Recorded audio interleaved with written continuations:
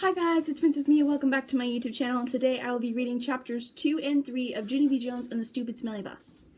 Reason is being that chapter 2 is only like 3 pages long, and so I figured it would be better if I gave this one more length by reading chapter 3. So I hope you guys are going to enjoy this, and let's dive into it. Chapter 2, Feeling Squeezy. I stayed scared about the bus for a whole week, and last night when Mother tucked me into bed, I still felt sickish about it. Guess what, I said. I don't think I want to ride that school bus to kindergarten tomorrow. Then Mother rumpled my hair. Oh, sure you do, she said. Oh, sure I don't, I said back. Then Mother kissed me and said, It'll be fine. It'll be fine. It'll be fun. You'll see, just don't worry. I did, though. I worried very much, and I didn't sleep so good either. This morning I felt very droopy when I got up, and my stomach was squeezy. I couldn't eat my cereal, so I watched TV until Mother said it was time to get ready to go. Then I put on my skirt that looked like velvet and my new fuzzy pink sweater, and I ate half a tuna sandwich for lunch. After that, Mother and I walked to the corner to wait for the bus, and guess what? There was another mother and a little girl there too. The little girl had curly black hair, which is my favorite kind of head. I didn't say hello to her, though, because she was from a different street, that's why. Then finally, this big yellow bus came around the corner, and the brakes screeched very loud, and I had to cover my ears. Then the door opened, and the bus driver said, Hi, I'm Mr. Wu, hop on. And here's a picture, partway through the page, of the little girl and Junie B. Except I didn't hop on because my legs didn't want to. I don't think I want to ride this bus to kindergarten, I told Mother again. Then she gave me a little push. Go on, Junie B, she said. Mr. Wu is waiting for you. Be a big girl and get on. I looked up at the windows. The little girl with the curly black hair was already in the bus. She looked very big sitting up there and kind of happy. Look how big that little girl is acting, Junie B, said Mother. Why don't you sit right next to her? It'll be fun, I promise. So I got on the bus. And guess what? It wasn't fun. Chapter 3, The Stupid Smelly Bus. The bus wasn't like my dad's car at all. It was very big inside, and the seats didn't have any cloth on them. The little girl with curly hair was sitting near the front, and so I tapped her on the shoulder. Guess what, I said. Mother said for me to sit here. No, she said. I'm saving the seat for my best friend, Mary Ruth Marble. Then she put her little white purse on the place where I was going to sit. So I made a face at her. Hurry up and find a seat, young lady, said Mr. Wu. So I sat down quickly across from the curly mean girl, and Mr. Wu shut the door. It wasn't a regular kind of door, though. It folded in half when it closed. It made a whooshy sound. I don't like that kind of door. If it closes on you by accident, it will cut you in half, and you will make a squishy sound. The bus made a big roar, then a big puff of black smelly smoke came out the back end. It's called bus breath, I think.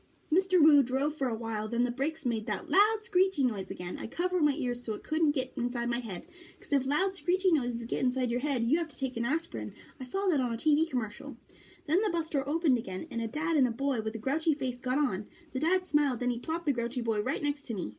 This is Jim, he said. I'm afraid Jim isn't too happy this afternoon. The dad kissed the boy goodbye, but the boy wiped it off his cheek. Jim had a backpack. It was blue. I love backpacks. I wish I had one of my very own. One time I found a red one in the trash, but it had a little bit of gushy on it, and Mother said no. Jim's backpack had a lot of zippers. I touched each of them. 1, 2, 3, 4, I counted. Then I unzipped one. Hey, don't, yelled Jim, and he zipped it right up again. Then he moved to the seat in front of me. I hate that Jim. After that, the bus kept stopping and starting, and lots of kids kept getting on. Loud kids, and some of them were the kind who looked like meanies. Then the bus began getting very noisy and hot inside, and the sun kept shining down on me in my fuzzy hot sweater.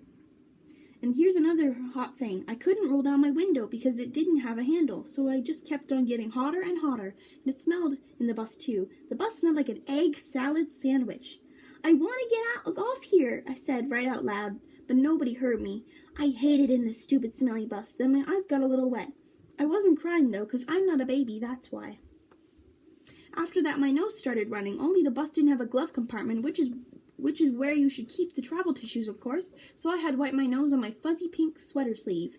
Then I stayed on the bus for about an hour or 3, until finally I saw a flagpole and a playground. That meant we were at kindergarten!